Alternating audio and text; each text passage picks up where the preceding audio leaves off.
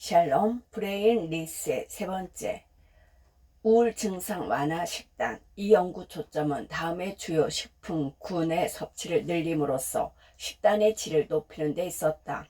통곡물 1회 제골량은 통곡물빵 한 조각 또는 현미 등 익힌 통곡 2분의 1컵, 하루 5번에서 8회 제공량 섭취.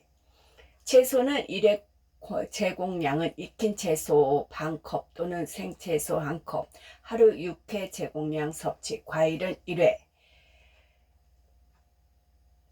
중간 크기의 과일 1개 또는 작은 크기의 과일 2개, 총 150g, 하루 3회 제골량 섭취. 콩류는 익힌 콩 1컵 또는 두부 100g, 주 3, 4회 제골량 섭취. 저지방과 무가당 유제품. 1회 제공량은 1컵의 저지방 우유 또는 플레인 믹 그릭 요구르트 200g, 하루 2, 3회 제공량 섭취. 조미하지 않은 생경과류. 하루 1회 제공량 30g 섭취. 생선 1회 제공량, 익힌 생선 100g, 대략 손바닥 크기. 주 2회 이상 제공량 섭취. 붉은 살코기 1회 제공량 65에서 100g, 주 3, 4회 제공량 섭취. 닭고기 1회 제공량 80에서 100g, 주 2, 3회 제공량 섭취. 달걀 1회 제공량 달걀 1개, 주 최대 6개 섭취. 올리브유 하루 3큰술 섭취. 이와 동시에 참가자들은 과자, 정제 시료, 튀긴 음식, 패스트푸드, 가공류, 단 음료와 같은 식품의 섭취를 줄이라는 지시를 받았다. 하루 2잔을 초과하는 레드 또는 화이트 와인과 그 모든 주류 섭취 역시 제한되었다. 술은 가급적 레드 와인을 선택하고 식사와 함께 마시라는 조언이 있었다. 전인적 접근. 이런 연구로는 증상 개선의 구체적 원인을 알 수 없지만 연구자들은 이 식단이 염증 감소와 장내 미생물 환경에 도움이 된다고 보고 있다. 이는 뇌 건강과 정신질환 치료에서 뇌뿐만 아니라 사람 전체를 고려해야 함을 시사한다. 우울증은 없지만 뇌 건강을 위해 좋은 음식을 먹고자 하는 사람들은 어떻게 해야 할까? 정말 블루베리, 세지와 같은 것들이 해답일까? 우리는 특정 영양소가 뇌 기능을 최적화하는 데 영향을 미친다는 것을 알고 있다. 예를 들어 지중해식 식단에는 비스아미노산인 트립토판이 함유된 식품이 많은데 이는 신체가 스스로 만들 수 없는 반드시 음식을 통해 섭취해야 하며 기분을 좋게 하는 뇌 화학 물질인 세로토닌 생성에 중요한 역할을 한다. 과일과 채소가 많이 포함된 식단에는 뇌 건강에 중요한 비타민과 미네랄, 특히 비타민 B와 비타민 E도 포함되어 있다. 우리는 영양소를 먹는 것이 아니라 음식을 먹고 식사를 하는 것이기 때문에 맥락에서 벗어나 특정 영양소에 지나치게 집착할 필요는 없지만 뇌 기능에 있어 가장 영향력이 크고 중요한 영양소를 살펴보고 이를 충분히 섭취하는 것은 여전히 유용한 일이다. 식단과 뇌에 관한 주제만으로도 책 한 권을 쓸 수 있고 실제로 그런 책들이 많아서 이번 장에서는 사람들이 그 중요성에 대해 익히 들었고 궁금해할 만한 것 가운데 필수 지방과 폴리페놀에 대해서만 살펴볼 것이다. 뇌를 위한 최적의 식단은 뇌를 위한 최적의 식단을 찾고 있다면 다이어트를 확인해보라. 이 식단은 지중해식 식단의 병영 버전으로 시카고 러시 대학교 의료센터가 뇌 건강에 도움이 되도록 특별히 고안한 것이다. 모리스는 양로원에 거주하는 900명 이상의 노인들을 대상으로 한 실험에서 참가자들 다이어트 지중해식 식단, 심장 건강을 위해 고안된 다이어트 중 하나에 배정됐다. 다이어트를 가장 엄격하게 지킨 사람들은 알츠하이머에 걸릴 위험이 절반 이상 감소하는 가장 좋은 결과를 보였다. 다이어트의 경우 블루베리와 딸기를 먹고 레드 와인을 마시는 것을 지지하지만 세 가지 식단이 모두 매우 유사하며 한결같이 식물성 식품, 좋은 지방과 기름을 많이 섭취하고 동물성 지방과 가공식품은 많이 먹지 않도록 권고하고 있다. 뇌를 위한 필수 지방. 뇌는 11% 정도가 지방이다. 70에서 75% 차지하는 물을 빼면 지방의 비율은 60% 이상이다. 하지만 신체의 다른 부위와 달리 지방을 저장하지는 않는다. 뇌가 지방을 저장한다면 식량이 부족할 때 뇌를 분해하여 먹기 시작했을 것이고 우리 조상들이 다음 끼니를 찾을 가능성은 낮아졌을 것이다. 뇌에 있는 지방은 저장수로 존재하는 것이 아니라 뇌의 기능적 역할을 수행할 수 있도록 뇌 구조를 형성하는 데 쓰이는 구조적 지방이다. 이러한 유형의 지방은 미엘린이란 지방 피막, 수많은 뉴런을 보호하며 생체 신호가 뉴런을 따라 더 빨리 이동하도록 돕고 뇌의 백질 구성한다. 해서 가장 많이 발견된다. 지방이 이렇게 중요한 역할을 한다고 해서 뇌에 영양을 공급하기 위해 치즈버거나 감자칩을 주문할 필요는 없다. 뇌는 필요한 대부분의 지방을 스스로 만들 수 있기 때문이다. 중요한 예외는 다가폴포화 지방산이라고 하는 유형의 지방이다. 이런 지방은 음식을 통해 섭취해야 하는데 특히 그중 두 가지는 염증 반응에 영향을 미치며 단 그 방식은 다르다. 효과적인 뇌세포 간 소통과 면역 기능이 꼭 필요하다. 이 두 가지가 바로 오메가3와 오메가6이다. 여러 연구에 따르면 뇌 건강을 최적화하기 위해서는 오메가3와 오메가6을 1대2 비율을 섭취해야 한다고 한다. 오메가3에는 공급원이 다른 세 가지 유형이 있다. 아파리놀렌산과 도쿠사헥산액산과 에이코사펜타인산이며 주로 다음과 같은 식품에 풍부하다. 아마시, 대마시, 지아시드, 호두 등 기름진 생선, 연어, 고등어, 참치 등 기름진 생선, 연어, 고등어, 참치. 반면 오메가6은 많이 들어있는 식품은 다음과 같다. 옥수수, 대두유, 해바라기유, 간식류, 감자칩, 쿠키 등 뇌 건강을 위한 식단팁. 첫째, 물을 많이 마신다. 뇌가 하는 모든 활동에는 수분이 필요하다. 하지만 사람들은 물을 필요량에 비해 너무 적게 마신다. 탈수는 뇌 수축을 가져올 수 있으며 뇌에 충분한 수분을 공급하려면 하루 8잔의 물을 마시는 것이 좋다. 두 번째, 좋은 식단과 운동을 결합한다. 과일, 채소, 통곡물 를 많이 섭취하고 설탕과 지방을 적게 섭취한다는 점에서 지중해식 식단과 비슷한 DNAS 식단 연구에 따르면 이 식이요법을 실행함으로써 일주일에 3번 30분 운동한 사람은 12주 후 인지력 테스트 결과가 30% 향상되었다. 또 다른 인지장애 노인 식단 연구에서는 식단에 운동까지 추가한 경우 실행 기능이 8살 어린 사람들과 같은 정도로 개선된 것을 발견했다. 셋째, 보충제. 특히 향산화 특성을 내세우는 보충제를 조심해라. 이들은 때로 건강에 해로울 수가 있다. 이들이 몸에서 자연적으로 일어나는 항산화 활동을 중단하라는 신호를 보내기 때문으로 보인다. 의심이 든다면 의사와 상담하라. 네 번째, 요오드가 첨가된 소금을 선택하라. WHO에 따르면 요오드 결핍은 예방 가능한 뇌 손상의 주요 원인이며 요오드가 결핍된 사람은 IQ가 15점 정도 떨어질 수 있다. 서구식 식단에서는 가공식품 및 대두유 등 오메가 6이 많은 식용유의 사용이 많아 오메가6 섭취가 과도해지기 쉽다. 따라서 식단에서 오메가3의 비율을 높이는 것이 중요하다. 치매 위험을 낮추고 나이가 들어도 두뇌의 명료함을 유지하기 위해 한 가지를 꼭 먹어야 한다면 그것은 오메가3다. 관련 연구는 오메가3를 적게 섭취하는 노인이 많이 섭취하는 노인에 비해 치매 발병률이 70% 높으며 이러한 지방의 부족은 뇌의 노화를 가속하고 나이가 들어감에 따라 진행되는 해마 수축도 더 촉발한다는 것을 보여준다. 오메가3는 기분을 좋게 하며 매일 최소 4g 섭취로 효과를 볼 수 있다는 연구 결과가 많다. 신경과학자 리사 모스코니는 자신의 책 브레인 푸드에서 오메가6 대신 유익한 오메가3를 섭취하는 간단한 방법들이 있다고 말한다. 그 중에서 내가 권하고 싶은 방법은 오메가6가 많이 든 땅콩 버터 대신 아몬드와 같은 견과류 버터를 사용하는 등 오메가3를 섭취를 고려해서 식품을 선택하는 것이다. 장내 미생물과 내 건강에 효과적인 포리페놀, 초콜릿과 레드와인이 기분을 좋게 한다는 기사가 넘쳐난다. 초콜릿과 레드와인에는 정말 미래를 자극하는 것 이상의 효능이 있을까? 무엇일까? 이 두 식품은 과일과 채소, 향신료, 커피와 마찬가지로 포르페놀이라는 영양소를 포함하고 있다는 공통점이 있다. 포리페놀은 강력한 항산화 물질로 알려져 있다. 즉 조직과 세포를 손상시키는 활성산소를 몰아내는 데 도움이 되며 기분까지 개선할 수 있는 것으로 보인다. 포리페놀은 우리 몸에서 소화되지 못하기 때문에 대개 장내 미생물의 먹이가 되며 장내 미생물은 포리페놀을 항산화 효과를 유발하는 다른 화학물과 전환한다.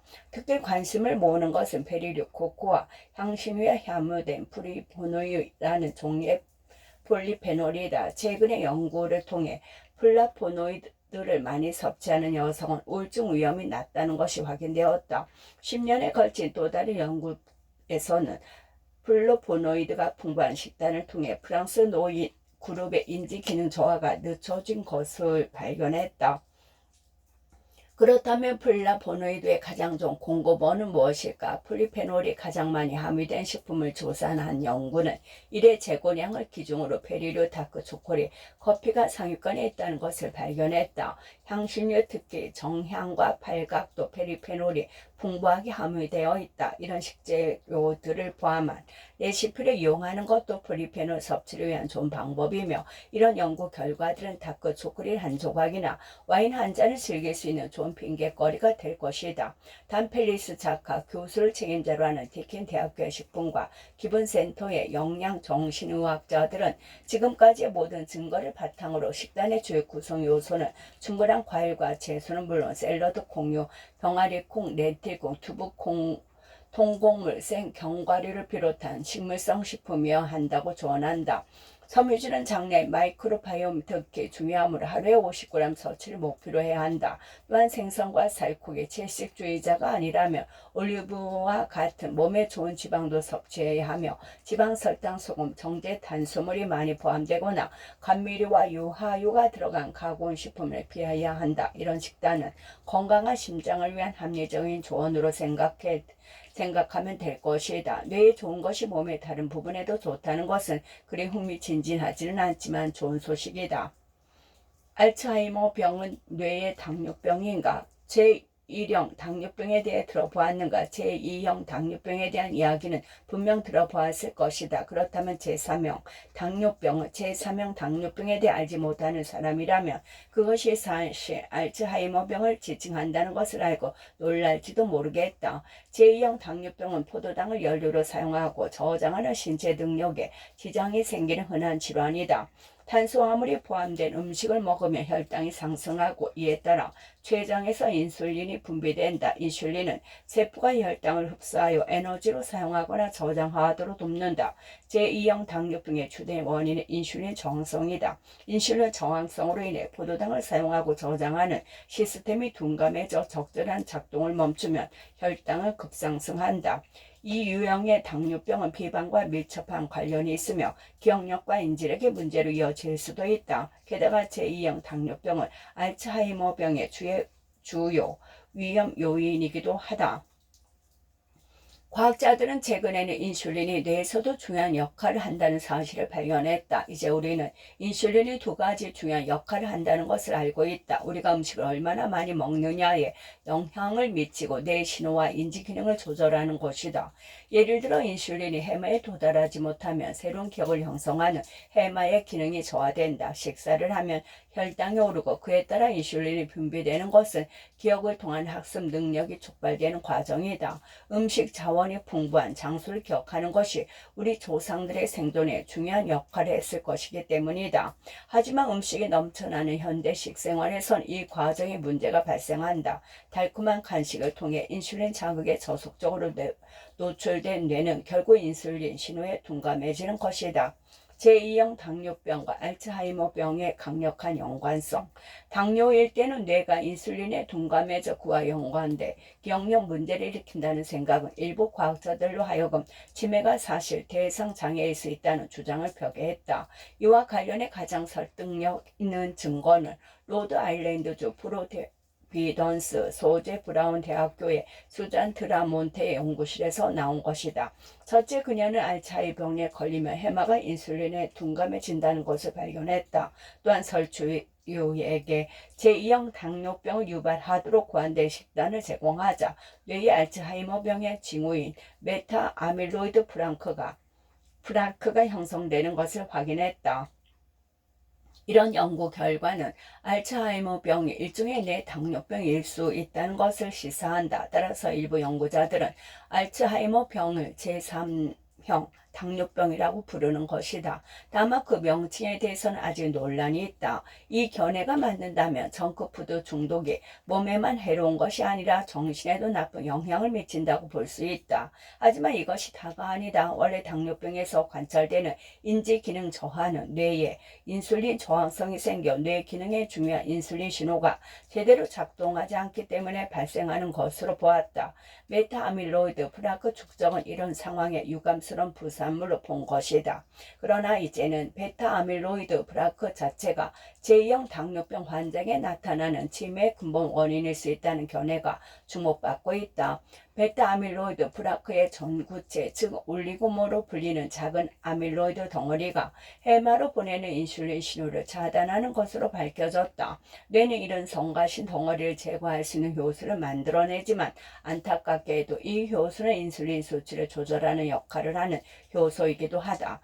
당뇨병으로 인해 인슐린 수치가 급등하면서 이 효소는 인슐린 수치를 낮추는 데 모든 노력을 기울이느라 올리고모를 제거할 여력이 부족해진다. 이 과정에서 올리고모는 베타아밀로이드 프라크를 축적되고 있는 인슐린 수용체를 한층 더 차단 악순환을 유발한다. 이런 연구 결과는 당뇨병에서 나타나는 인지기능 저하가 실제로 알츠하이머병의 초기 증상일 수 있다는 주장으로 이어졌다. 제2형 당뇨병의 유병률은 증가세가 있으며 2025년까지 당뇨병 환자가 5억 7천만 명을 넘어설 것으로 예상된다. 제2형 당뇨병이 알츠하이머병의 초기 형태일 수 있다는 주장으로 인해 많은 연구자들은 제2형 당뇨병의 폭발적인 증가에 뒤따라 치매도 유사한 추세로 보이지 않을까 우려하고 있다. 새로운 치료법의 가능성, 끔찍한 전망처럼 들리는가? 이미 이런 종류의 당뇨병을 앓고 있는 사람에게는 특히 더 그럴 것이다. 하지만 알츠하이머병이 실제로 뇌의 당뇨병이라면 그 사실은 알츠하이머병의 치료법을 찾는 데 도움이 될 수 있다. 예를 들어 일부 초기 연구에서는 인슐린을 코로 호입하여 뇌로 전달하는 방법을 사용하면 일부 기억력 문제를 완화할 수 있다는 가능성을 보여주었다. 당뇨병에 있는 쥐를 연구한 다른 실험들을 올리고모의 작용을 차단하는 특수 항체를 사용한 결과 당뇨병과 관련된 기억력 문제가 개선되는 것으로 발견했다. 현재 같은 작용을 하면서도 사람에게 안전하게 사용할 수 있는 약물을 찾는 작업이 진행 중이다. 인슐린 불균형을 표적으로 삼는 기존의 당뇨병 치료제로도 도움이 될 수 있는데 그런 약물 중 하나는 최근 인슐린 저항성과의 연관성이 드러나고 있는 또 다른 질환인 파킨슨병의 증상도 완화하는 것으로 밝혀졌다. 이 연구에 대한 2021년 리뷰 결과에 따르면 제2형 당뇨병 환자의 경우 파킨슨병에 걸릴 확률이 21% 더 높고 증상이 더 빠르게 진행된다고 한다. 이 사안에 대한 과학계의 의견은 아직 분분하지만 인슐린 저항성이 뇌의 베타 아밀로이드 프라크를 축적시키는 여러 원인 중 하나인 가능성에는 동의하고 있다. 하지만 알츠하이머 환자 모두가 당뇨병을 앓고 있는 것은 아니며 베타 아밀로이드 플라크 축적이 질병의 증상이 어떤 역할을 하는지에 대한 많은 의문이 여전히 남아있다. 여기에는 베타 아밀로이드 플라크를 제거하는 약물이 인지 증상을 치료하는 데 매우 저조한 효과를 보이는 것도 영향을 미쳤다. 그럼에도 불구하고 당뇨병과 알츠하이머 사이의 연관성은 식단과 뇌 건강 간에 부인할 수 없는 연관성의 가장 좋은 A일 것이다. 패스트푸드에 손이 갈 때 우리는 몸뿐만이 아니라 뇌 건강에 대해서도 생각해야 한다. 또 당뇨병을 유발하는 음식을 피할 동기가 필요하다면 알츠하이머병과 연관성이 그 동기가 되어야 한다. 나의 당뇨병 위험도는 우리는 당뇨병의 원인을 아직 완전히 파악하지 못하고 있고 유전이나 인종 관련 위험 요소는 통제할 수 없다. 그러나 당뇨병을 예방하는 데 도움이 되는 일도 분명히 있다. 체중 증가를 막는다. 지방이 많을수록 세포가 인슐린에 대한 저항성을 갖기 쉽다. 미국 당뇨병 협회는 당뇨 전 단계인 사람의 경우 체중의 7에서 10% 감량하도록 권장하지만 이 부분은 의사와의 상의가 필요하다. 음료를 현명하게 선택한다. 설탕이 많이 함유된 차나 커피는 물론 과일 주스, 스무디를 비롯한 당분이 많은 음료를 피한다. 과음도 위험하다. 활동적인 생활을 유지한다. 운동은 체중 조절에 도움이 되며 포도당을 소모하고 인슐린 민감성을 높인다. 이 모든 것이 당뇨병 위험을 줄인다. 섬유질이 풍부한 음식을 충분히 섭취한다. 섬유질 풍부한 음식은 더 큰 포만감을 주며 탄수화물 당질 흡수를 늦추는 데 도움이 된다. 혈당을 천천히 올린다. 지나친 염분 섭취를 피한다. 과도한 염분 섭취는 고혈압의 위험을 증가시키며 이는 다시 제2의 당뇨병의 위험을 높인다. 충분한 수면을 취한다. 수면 부족은 인슐린 저항성을 증가시키고 체중 증가와 당뇨병 위험을 높일 수 있다. 매일 7, 8시간 충분한 수면을 확보하고 수면의 질을 관리하는 것이 중요하다. 스트레스를 관리한다. 만성 스트레스는 호르몬 불균형을 일으켜 인슐린 저항성을 악화시키고 당뇨병 위험을 높인다. 명상, 요가, 심호흡 같은 방법을 통해 스트레스를 해소하면 도움이 된다. 정기적으로 혈당 검사를 한다. 당뇨병 위험이 있거나 가족력이 있는 경우 정기적으로 공복 혈당과 당화 혈액소를 검사하는 것이 필요하다. 이러한 검진은 조기 발견과 예방에 핵심적인 역할을 한다. 우리가 통제할 수 없는 당뇨병 발병 위험 요인은 다음과 같으며 알아둘 필요가 있다. 당뇨병 가족력이 있는 경우 더 위험하다. 흑인 하이페이스 아메리칸 원주민 아시아계 사람들이 더 위험하다. 성인만 제2의 당뇨병에 걸리는 것은 아니지만 나이가 들수록 위험이 더 증가한다. 다낭성 난소 증후군이 있는 여성은 당뇨병에 걸릴 위험이 증가한다. 인슐린 저항성의 당뇨뿐만 아니라 이 증후군을 유발하는 데 중요한 역할을 하기 때문이다. 하지만 그에 관한 구체적인 연관성은 아직 제대로 파악하지 못하고 있는 실정이다.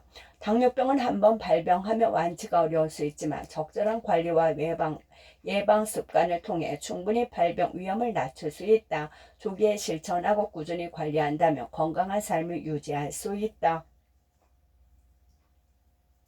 2부 수면. 수면은 우리가 하는 일 중 가장 모순된 행위일 것이다. 진화론의 측면에서 생각하자면 수면은 매일 의식의 종류 스위치를 내리고 포식자 앞에 자신을 무방비 상태로 내던지는 일과 같으므로 전혀 합리적으로 보이지 않는다. 그런데도 인간을 비롯한 모든 동물이 매일 잠을 잔다.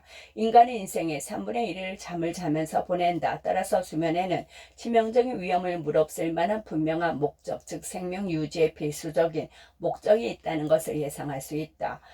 하지만 우리는 수면의 목적을 아직 제대로 이해하지 못하는 상황이다. 다행히도 여러 연구를 통해 수면의 이유에 대한 다양한 견해가 제시되고 있으며 그중 몇 가지는 이후 소개할 것이다. 뇌를 잠재우는 일에 명확하고도 중요한 기능 중 하나는 새로운 기억을 저장하고 그것을 기존의 기억에 연결하는 것이다. 기억을 할 수가 없다면 학습이 이루어질 수 없다. 학습 능력은 오늘날 우리가 하나의 종으로서 세상에 존재할 수 있는 이유 중 하나이다. 어쩌면 이것이 수면이라는 무리수를 두면서 얻은 이득일 수 있다. 수면 상태의 뇌 연구를 가능하게 하는 기술 역시 무의식 시간 동안 우리 머릿속에서 정확히 어떤 일이 일어나는지 밝히는 데 실마리를 제공하고 있으며 수많은 과학적 증거가 수면이 정신 건강 및 뇌의 노화를 관리하는 데 얼마나 중요한지를 보여주고 있다.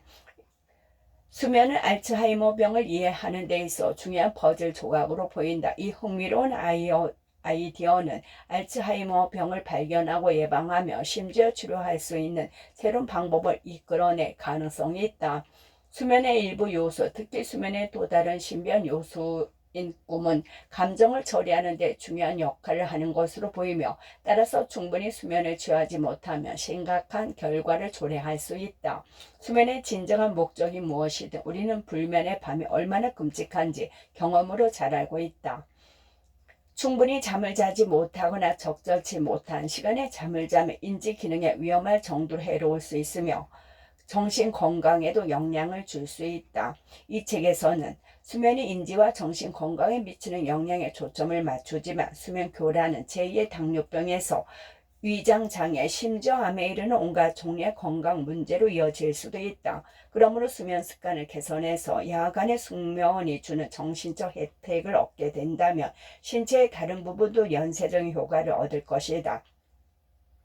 실제로 필요한 수면 시간과 이러한 수면 시간을 취할 가능성이 얼마나 되는지 알아볼 것이다. 일부 수면 연구자들은 우리가 과거에 비해 잠을 덜 자고 있다고 지적하며 전 세계에 걸친 설문조사 결과 역시 대다수 사람이 권장 수면 시간을 채우지 못하고 있다는 것을 보여준다. 생산성에 초점을 맞추는 현대사회에서 수면 시간은 목표 달성의 방해 요소로 인식됐다. 하지만 실제로는 수면을 우선시하지 않은 채 최선의 능력을 다해 무언가를 이룰 수 있다고 생각하는 것이 어리석은 일이다. 학습 성과와 기억력을 향상시키는 수면. 어릴 때 우리 어머니는 시험 전날 밤 노트를 베개 밑에 넣어두고 푹 자면 다음날 더 많은 것을 기억해낼 수 있다고 말씀하시곤 했다. 나는 마치 삼투 작용처럼 머릿속에 스며든 것들이 떠오르는 상상을 했다. 단순한 바람에 가까운 생각이었지만 결국은 어머니 말씀이 맞았다. 시험 전날 밤새 지식을 우겨 넣는 것보다는 숙면을 취하는 것이 학습한 정보가 머릿속에 굳어져 다음날 시험을 더 잘 치를 수 있도록 해주었던 것이다. 우리는 잠을 자는 이유를 아직 정확히 파악하지 못했다. 하지만 분명한 것은 잠자는 뇌는 휴식하는 뇌와는 큰 차이가 있다는 점이다. 두피에 작은 센서들을 부착하는 뇌파 전이 기록수를 사용해 잠자는 동안 사람의 머릿속에서 일어나는 일을 모니터링하면 밤 동안 뇌가 다양한 종류의 활동을 주기적으로 수행하는 것을 볼 수 있다. 여기서 주목해야 할 것은 이런 활동 중 하나는 뇌가 부지런히 하루의 사건을 분류해 일부 경험을 장기 기억 저장소로 옮기는 과정이라는 점이다. 수면의 기억력 증진 효과를 어떻게 유익하게 활용할지에 대해 알아보기 전에 정상적인 야간 수면 중 뇌에 어떤 일이 일어나는지를 먼저 이해해야 한다. 수면에는 두 가지 주요한 유형, 즉 렘 수면과 비렘 수면이 있다. 밤에 잠이 들면 약 90분간 주기로 이 두 가지 수면이 그대로 나타나며 얼마나 오래 자느냐에 따라 다르지만 일반적인 야간 수면 동안은 4-5번 이런 사이클을 거친다. 수면 주기별 효과. 렘 수면과 비렘 수면이 밤새 고르게 분포되는 것은 아니다. 잠이 든 직후인 수면 초기의 뇌는 회복을 위한 깊은 단계의 섭파 수면이 포함돼 비렘 수면을 필요로 한다. 밤이 깊어지면 각 수면 주기에는 이런 수면이 줄어들고 흔히 꿈수면 또는 역설 수면이라고 불리는 렘 수면이 늘어난다. 렘 수면 중 뇌의 모습은 깨어있을 때와 매우 흡사하다. 렘 수면에서 렘이란 급속 안구 운동을 뜻하며 이 수면 단계에서 나타나는 특징적인 안구 운동을 말한다. 보통 꿈을 꿀 때가 렘 수면 상태인 것으로 알려져 있지만 항상 그런 것은 아니다. 실제로 렘 수면 시간의 대부분은 꿈을 꾸는 데 사용되며 그 꿈이 가장 생생하고 두드러지는 것은 맞지만 비렘 수면 중에서도 꿈을 꿀 수 있다. 다만 이때의 꿈은 따분하고 지루하다. 렘 수면의 또 다른 특징은 근육이 비활성화되어 꿈을 실제 행동으로 옮기는 것을 막는다는 점이다. 이에 비해 비렘 수면은 훨씬 더 차분하다. 호흡이 느려지고 규칙이 되며 뇌 활동이 느려진다. 이런 종류의 수면은 특히 회복 효과가 크며 수면이 부족할수록 잠이 들었을 때 훨씬 더 많은 비렘 수면을 취하게 된다. 마치 내가 놓친 것을 따라잡는 것을 최우선 과제로 삼은 것처럼 말이다. 수면 주기의 비렘 수면 후면에 가장 깊은 수면에 들어가며 이때 뇌파가 한층 더 느려진다.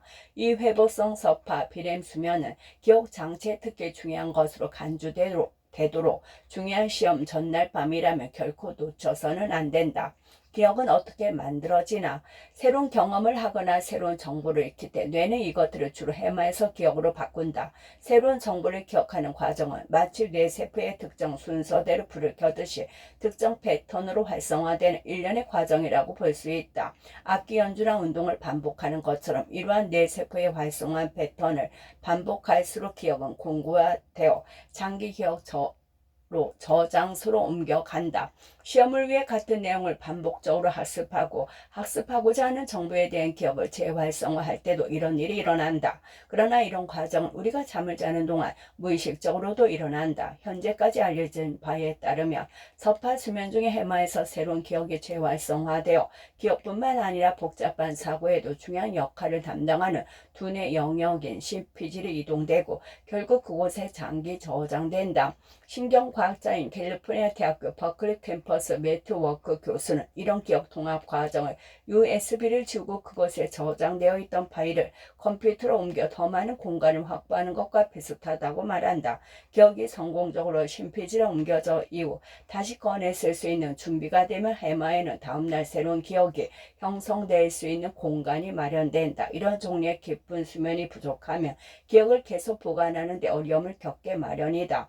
예를 들어 불면증으로 고생하는 사람들은 섭파 수면이 적고 기억 공고화에도 손상을 입는 경향이 있다. 이는 일반적인 노화에서도 마찬가지로 진행되는데 30세 이후에는 섭파 수면이 감소하고 기억 공고화가 약해진다.